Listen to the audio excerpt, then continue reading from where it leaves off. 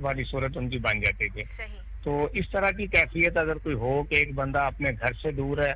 اس کا مال, اس کی دولت اس کے ریچ میں نہیں ہے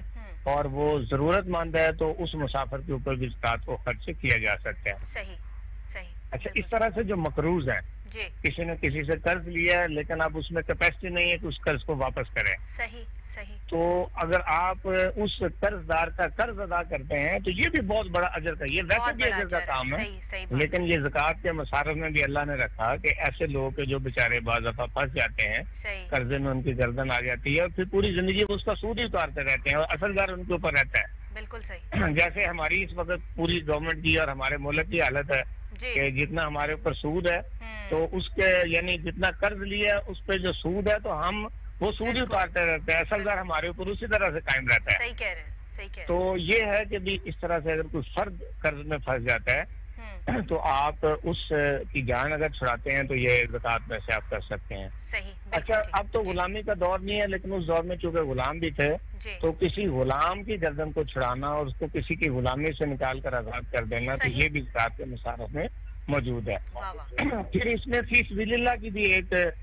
پوری مد ہے کہ بھی اللہ کے راستے میں جو خرچ ہے, اللہ کے راستے میں آپ مختلف چیزیں ہیں, جیسے جہاد فی سبیل اللہ ہے, اللہ کے راستے میں جو جدوجہد کرنے والے لوگ ہیں ان کے اوپر زکوٰۃ کا مال جو ہے نا خرچ ہو سکتا ہے. جو جیسے یہ مدارس ہیں تو یہ بھی ظاہر فی سبیل اللہ ہے, سارے وہاں پہ لوگ جو ہیں وہ دین کی تعلیم حاصل کرتے ہیں, قرآن حفظ کرتے ہیں, اس کے بعد وہ مدارس میں جا کے لوگوں کی دینی تربیت کرتے ہیں, ان کی نماز جنازہ پڑھانے میں, ان کے نکاح کے اندر, یعنی یہ پورا ہمارا دین کا جو کام ہے. تو یہ فی سبیل اللہ مختلف قسم کے دین کی جدوجہد کے جو ادارے ہیں اور جو تنظیمات ہیں تو ان کے اوپر بھی زکوٰۃ خرچ کی جا سکتی ہے, یہ قرآن کے اندر حکم ہے. اسی طرح سے جو لوگ جب آتے تھے اسلام کے دائرے میں, مؤلفۃ القلوب کا ایک لفظ ہے کہ لوگوں کی دلجوئی کے لیے,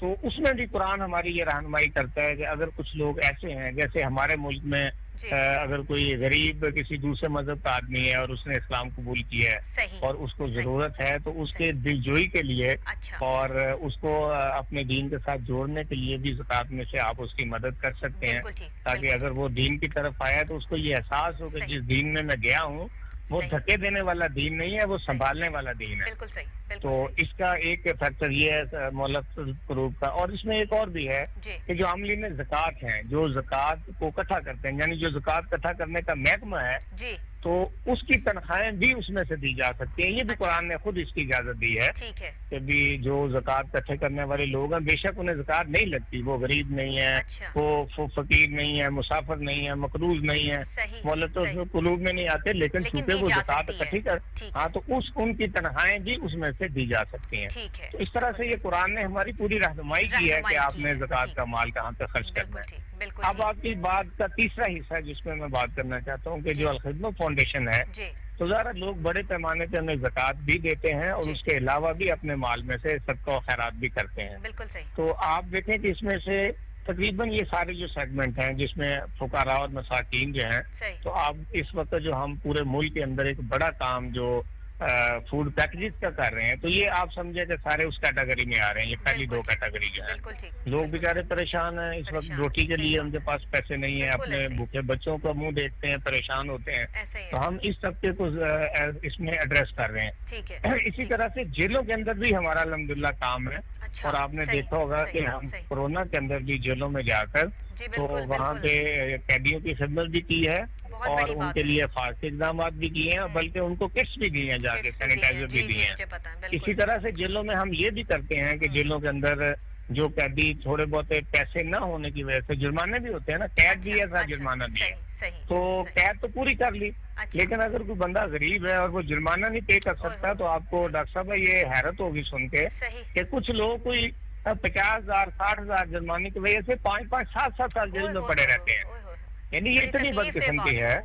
ہاں, تو ہم بہرحال خدمت یہ بھی کوشش کرتی ہے کہ ہم ایسے جو قیدی ہیں ہم ان کے وہ پیسے ڈیوز ادا کریں اور ان کو رہائی دلوائیں. تو ڈاکٹر یہ صاحب جو بہت بڑا غلام کام کی کر رہے ہیں، بہت بڑا کام جی کر رہے ہیں. اللہ تعالیٰ ہی آپ کو اس کا اجر جو ہے وہ دے سکتا ہے، حکومتوں کی طرف سے کہیں اور سے تو ہمیں ان کا اجر جو ہے وہ ملنے کی امید بھی نہیں ہے. لیکن بہرحال بہت شکریہ آپ کا، کیونکہ میرے پروگرام کا وقت جو ہے وہ بالکل ختم ہو گیا ہے. میں انشاءاللہ پھر آپ کو جو ہے وہ پروگرام میں جو ہے وہ شامل کروں گی، اور پھر ہم جو ہے وہ اس پر جو ہے تفصیلاً جو ہے وہ گفتگو کریں گے، بات کریں گے. بہت شکریہ آپ کی جو ہے وہ آن کال تشریف لانے کا. اسی کے ساتھ ناظرین، زکوٰۃ کن لوگوں کو دینی چاہیے اور کن لوگوں پہ فرض ہے، مجھے امید ہے کہ آج آپ کو یہ بات اچھے طریقے سے سمجھ آ گئی ہوگی. میں ہمیشہ آپ کے لیے وہ ٹاپکس لے کر آتی ہوں جس سے انسان کی اصلاح ہو سکے، جس سے ہم ایک اچھے انسان بن سکیں، جس سے ہمارے اندر جو کوتاہیاں، جو غلطیاں ہیں، ہم ان کو دور کر سکیں، جس سے ہم اللہ کی بارگاہ میں مقبول ہو سکیں. اور وہ ٹاپکس لے کر آتی ہوں جس سے ہم اپنی